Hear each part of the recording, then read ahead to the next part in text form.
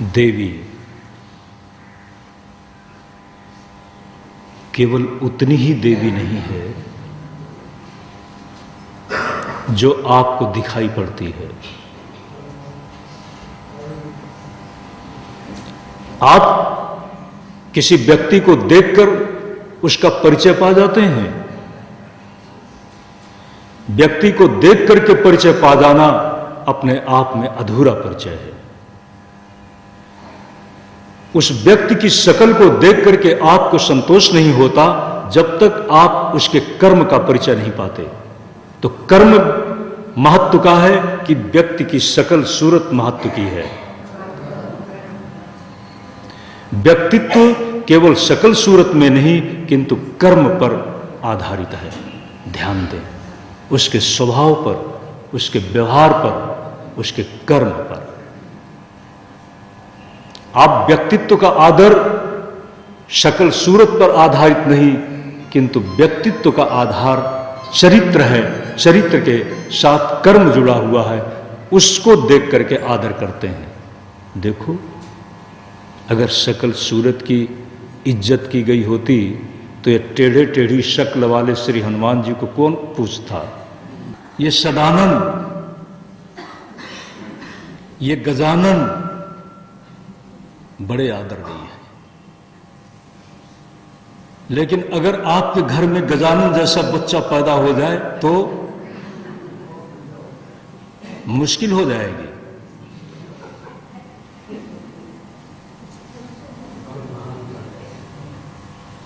और सचमुच गजानन आ जाए तो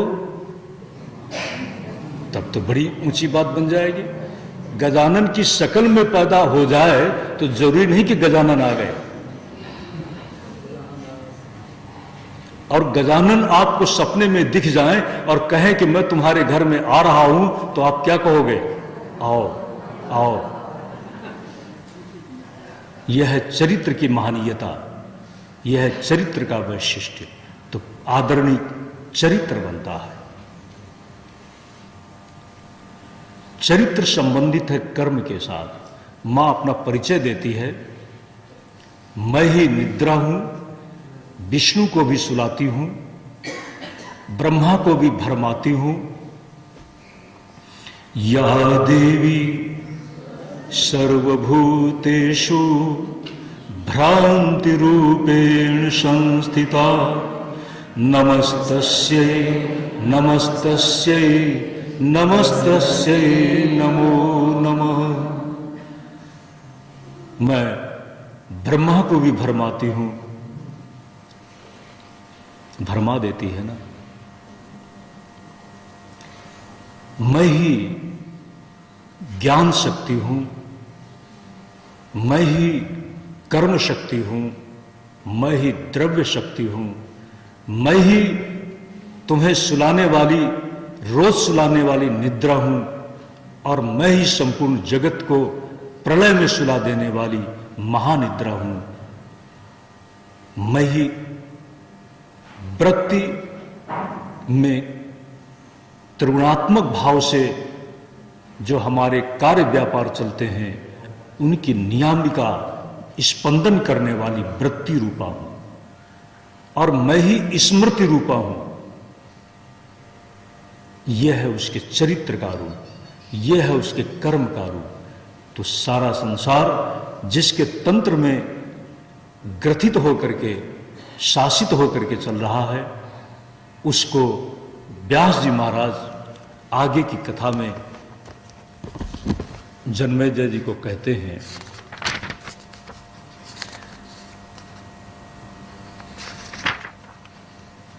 वो शक्ति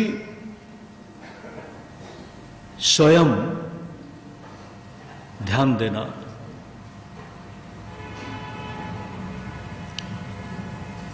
संतुलन रखती है। आपको पता है कश्यप जी बहुत सहिष्णु बाप हैं, साधारण बाप नहीं है। एक तरफ दिति है और दूसरी तरफ अदिति है। एक तरफ दनु है कश्यप जी का दर्द अगर तुम समझने लगो तो परेशान हो जाओगे। अदिति ही तो एकमात्र सबसे उनकी दृष्टि में बड़ी अच्छी रही होगी, क्योंकि दिति ने भी अपने व्यवहार में कश्यप जी महाराज को बहुत खुशी नहीं दी थी। दनु की संतानें तो दानव बन गई। क्या करता बाप? बाप बेचारा कभी लाचार हो जाता है, अपनी लाचारी का दर्द वह किसी को बता भी नहीं पाता है और जीता चला जाता है। कभी कभी यह दर्द लौकिक स्तर पर मां बाप के रूप में आप भी अनुभव करते हैं। कश्यप जी हमारे लोकनायक, हमारे बीच बहुत से हम सब किसी न किसी ऋषि मुनि के साथ अपना संबंध रखा है। उसकी वंश परंपरा से आज भी हम जुड़े हुए हैं। कोई गर्ग के साथ, कोई सांडिल्य गोत्र के साथ, कोई कश्यप गोत्र के साथ, कोई गौतम के साथ। ध्यान देना, हम लोग किसी बंदर के साथ नहीं हैं। पाश्चात्य मानवीय विकास की सोच परंपरा में डार्विन मान सकता है, माने, हमें कोई आपत्ति नहीं है। जिसको जैसा अपने में अपने को दिखाई पड़ता है मान ले, लेकिन हमको ऐसा नहीं लगता है। हमारा भारतीय मानवीय चिंतन अपने मूल उद्गम को, जीवन की व्यवस्था को ऋषि मुनि परंपरा के साथ जोड़ करके देखते हुए उनके साथ अपने आप का परिचय देता है, गोत्र के साथ। लेकिन ध्यान दें, सृजक ब्रह्मा जब कभी अपनी विपरीत शक्तियों से आहत होने लगते हैं, आहत तो हुए हैं। जब भी किसी ने वरदान पाने के लिए उद्योग किया तो ब्रह्मा जी ने वरदान भी दे दिया है, और वरदान पाने के बाद जिसमें निस्सीम बल, निस्सीम शक्ति का कोई स्वामी बन जाए, अजेय अपराजेय व्यक्तित्व बन जाए, तब प्रश्न है कि उसको, जिसके द्वारा शोषण और दुराचार की प्रवृत्तियों का पोषण होने लगे, उसको शासित कौन करे? उसको शासित करने की व्यवस्था में जब चारों तरफ उपाय ढूंढने पर भी उपाय नहीं मिलता, उपाय शोध की दिशा में चलते चलते जब मानवीय प्रयास विफल हो जाता है, व्यक्ति थक जाता है, कोई रास्ता नहीं दिखता, तब देवता लोग भी उस शक्ति का आलंबन लेते चले आए हैं, जिस शक्ति को हम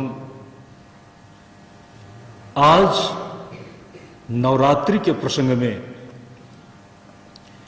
प्रथमम शैलपुत्री च द्वितीयम ब्रह्मचारिणी तृतीयम चंद्र घंटेति कूष्मांडेति चतुर्थकम पंचमम स्कंदमातेति षष्ठम कात्यायनीति च सप्तमम कालरात्रिस्य महागौरीति।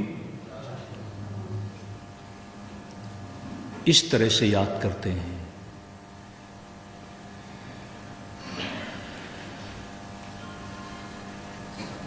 तो नवी जो देवी है सिद्धिदात्री, नवमम सिद्धिदात्री च नव दुर्गा प्रकीर्तिता। एक तरफ ये नव दुर्गा है और दूसरी तरफ जब आप यज्ञ आदि कर रहे हैं तो यज्ञ आदि में जिन चरित्रों का आश्रय लिया गया है वे मुख्य 3 चरित्र हैं। प्रथम चरित्र में वह महाशक्ति मधुकैटभ के वध का विधान करती है। मधुकैटभ का वध नहीं होता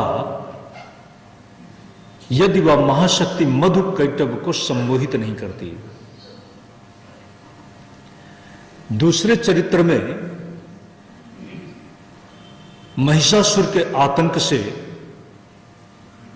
हमारा देव समुदाय त्राहि माम करने लगा, बचाओ बचाओ बचाओ महिषासुर। ये महिषासुर है कौन? जिसकी व्यवहारिक कहानी के रूप को आप जानते ही हैं, सुनते ही चले आए हैं।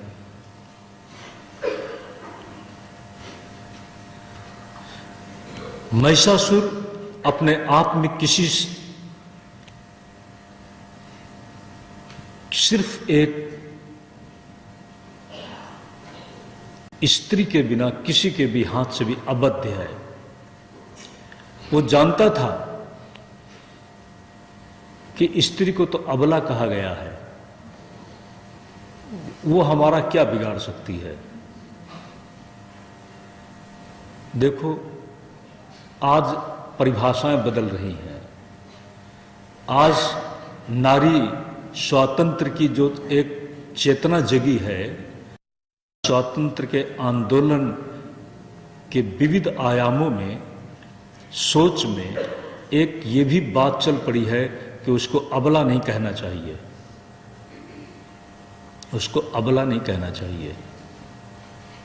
नारी अबला कहाँ है? तो कोई बात नहीं, खूब बल का प्रदर्शन करो। अबला नहीं हो तो खूब बल का प्रदर्शन करो, और वह बल का प्रदर्शन भी करने लगी। बल का प्रदर्शन कहां करेगी? घर में ही तो करेगी ना।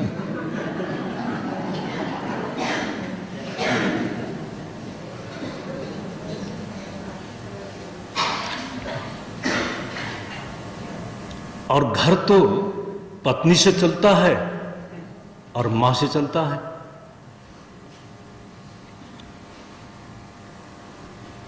बेटे का केंद्र है पत्नी, और पत्नी की व्यवस्था को भी संकेत करने वाली है मां। तो मतलब हो गया सास बहू। सास बहू के रूप में खूब झगड़ो। नहीं, अबला का अर्थ ये नहीं था। अबला का अर्थ हमारे आज तथाकथित बुद्धिजीवियों ने अपने स्वार्थ के लिए, अपनी कुत्सित मनोवृत्ति के लिए, उसके अंदर स्वेच्छाचार और उच्छृंखलता का आचरण विकसित हो और पनपे, इन तथाकथित बुद्धिवादियों ने, बुद्धिजीवियों ने एक बहुत छलना भरा नारा दिया। और नारी अपनी शालीनता में, अपनी सहजता में, नारी सुलभ उसकी जो एक प्राकृतिक विशेषता है, कोमलता, तन की कोमलता, मन की कोमलता, सोच की कोमलता, उससे वह भावुक होकर उछल पड़े। नारी जब जब समाज में उच्छृंखल हुई है, तब तक समाज में एक बहुत लांछनपूर्ण अध्याय का प्रारंभ हुआ। उसका प्रतीक है शूर्पणखा। नहीं, वो भी तो बलवान थी ना। नहीं, उसकी बलवत्ता प्रशंसनीय नहीं है। हम नारी को पूज्य मानते चले आए हैं। विद्या समस्ता तव देवी रूपा, स्त्रिया समस्ता सकला जगस्तु।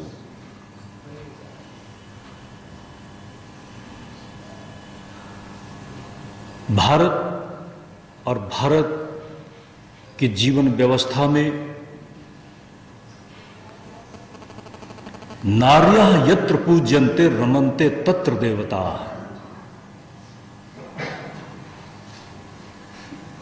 लेकिन उसका पूज्यत्व कहां तक बढ़ा है? जब हमारा पुरुष समुदाय